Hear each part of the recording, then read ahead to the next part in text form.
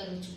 આજે આપણે જોઈશું ગુંદાનો સંભારો, એ પણ જરા પણ ચીકણો ના હોય તેવો ખૂબ જ સરસ ખાટો મીઠો એવો ગુંદાનો સંભારો, જે બધી જ ટિપ્સ અને ટ્રિક્સથી આપણે બનાવતા જોઈશું।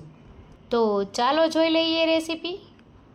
પણ એ પહેલાં જો હજી સુધી તમે મારી ચેનલને સબસ્ક્રાઈબ ના કરી હોય તો સબસ્ક્રાઈબ કરી લેજો અને બેલ આઇકન પર બટન દબાવી દેજો, જેથી મારા નવા વિડીયોની નોટિફિકેશન સૌથી પહેલાં તમને મળે। તો ચાલો જોઈ લઈએ રેસીપી।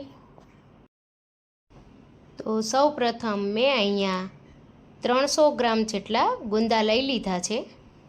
તો હવે ગુંદાના આ રીતે ઉપરથી ડેટિયાનો ભાગ અલગ કરી લઈશું।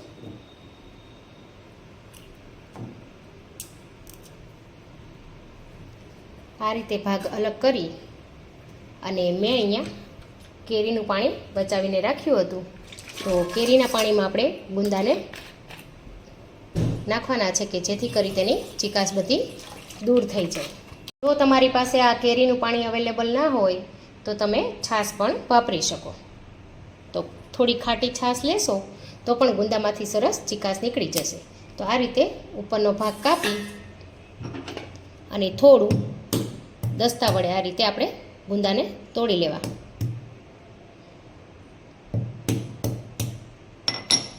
ત્યારબાદ મેં અહીંયા એક ડીશમાં મીઠું લઈ લીધું છે। હવે ગુંદાના બીજ આપણે અલગ કાઢી આ રીતે ચાકુ કરી આ રીતે કાઢી લેવા, તો એકદમ સરસ ક્લીન થઈ જશે। તો હવે આ ગુંદાને આપણે કેરીના પાણીમાં નાખતા જઈશું। આ રીતે આપણે બીજ અલગ કાઢવા માટે થોડું ચાકામાં મીઠું લગાવવાથી ખૂબ જ સહેલાઈથી નીકળી જાય છે।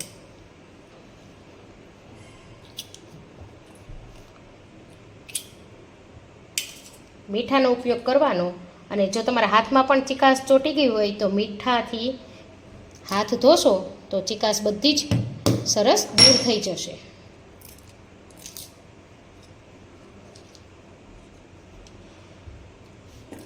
તો તમે જોઈ શકો કે આ પાણીમાં જ્યારે આપણે ઉમેરશું એટલે અંદર જે ચીકાશ હશે તે પણ દૂર થઈ જશે। તો આ જ રીતે આપણે બધા જ ગુંદાને કરી લઈશું। તો અહીંયા મેં બધા જ ગુંદાને આ રીતે અંદરથી બીજ કાઢીને તૈયાર કરી લીધા છે। અને વધારે પડતા જો ચીકણા લાગતા હોય તો તમે ઉપરથી થોડું મીઠું આ રીતે નાખી અને આ રીતે થોડા કરશો તો તરત ચીકાશ બહાર આવી જશે। આ સંભારો કરવા માટે તાત્કાલિક જ આને વઘારવાના છે। જો થોડી વાર વધારે પડ્યા રહેશે તો તે થોડા થોડા કાળા પડવા લાગશે। તો આ રીતે તમે જોઈ શકો છો કે બધું જ ચીકાશ નીકળી ગઈ છે અંદરથી। તો હવે આપણે તેને વઘાર કરી લઈશું। અહીંયા એક પેન ગરમ કરવા માટે મૂકી દીધું છે, તેમાં 2 મોટા ચમચી જેટલું તેલ ઉમેરી દીધું છે। તેલ થોડું ગરમ થાય એટલે આપણે તેમાં 1 ચમચી જેટલી રાઈ ઉમેરી દેવાની છે। રાઈનું પ્રમાણ થોડું વધારે જ રાખવાનું છે અહીંયા। અને અહીંયા વઘારમાં તમે મેથી પણ ઉમેરી શકો, તેનાથી પણ ટેસ્ટ ખૂબ જ સરસ આવશે, પણ મેં અહીંયા અત્યારે ખાલી રાઈનો જ ઉપયોગ કર્યો છે। હવે રાઈ થોડી તતડી જાય એટલે આપણે તેમાં ગુંદા ઉમેરી દેવાના છે। બીજો કંઈ પણ અત્યારે ઉપયોગ નથી કરવાનો વસ્તુનો।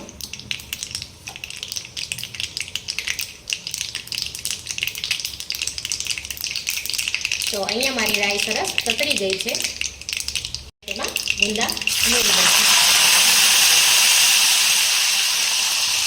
પાણીનો ભાગ હોય એટલે થોડું ધ્યાન રાખવું, સાવચેતી રાખવી, સારી રીતે મિક્સ કરી દેવાનું છે। તમે જોઈ શકો છો કે ચીકાશ આમાં બિલકુલ દેખાતી નથી। થોડી ઘણી જે હશે તે આપણે કેરી ખમણીને ઉમેરશું તો નીકળી જશે।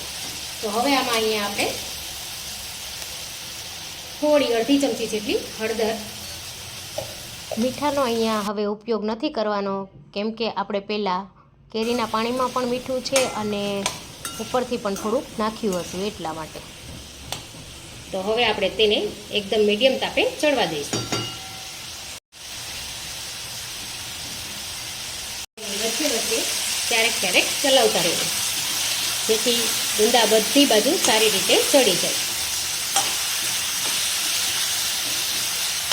તમે જોઈ શકો છો કે ચીકણો ભાગ બિલકુલ આમાં દેખાઈ રહ્યો નથી. આ રીતે એકદમ ચીકાશ આપણી દૂર થઈ ગઈ છે. તો તેને ખાટો મીઠો બનાવવા માટે આપણે અહીંયા કેરી ઉમેરશું. ખમણીને પણ ઉમેરી શકો તમે અને પીસ કરીને પણ તમે ઉમેરી શકો. તેને પાછો એકવાર આપણે ચલાવી લઈશું. તો તમે જોઈ શકો છો કે નીચે આ રીતે જે ચીકાશ હશે એ આ રીતે બ્લેક બ્લેક થઈ જશે.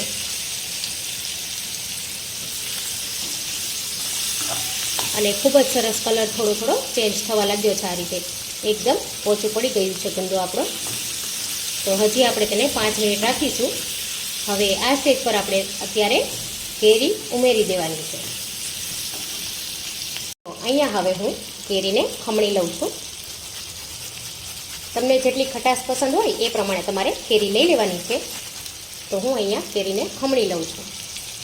તમે કોઈ પણ કેરીનો ઉપયોગ કરી શકો.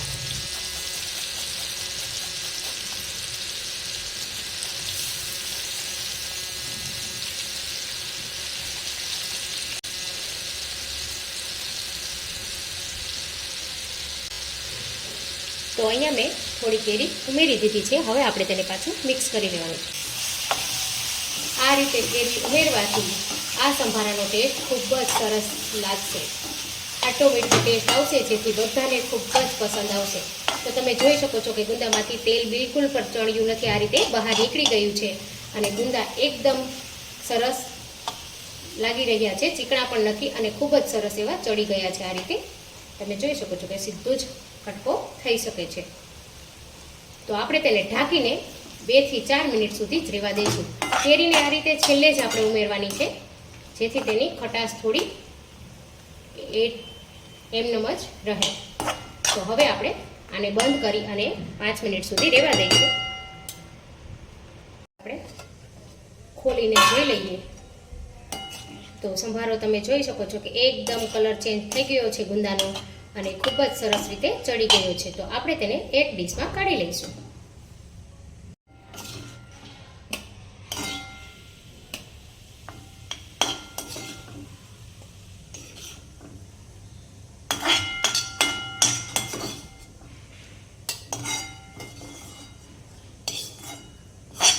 તૈયાર છે સરસ મજાનો ગુંદા કેરીનો સંભારો. આ રીતે જો તમે બનાવશો તો બિલકુલ ચીકણો કે કાળો નહીં પડે અને ખૂબ જ સરસ ટેસ્ટી એવો બનશે, જેની સાથે શાક ખાવાની પણ જરૂર નહીં પડે. રોટલી સાથે ખાલી તમે આ સંભારો પણ ખાઈ શકો છો. એટલો ટેસ્ટી આ સંભારો બને છે. તો તમે પણ ઘરે ચોક્કસથી ટ્રાય કરજો મારી રેસીપી અને કમેન્ટ કરીને મને જણાવજો કે તમને મારી રેસીપી કેવી લાગી. તો મળીએ નવી રેસીપી સાથે.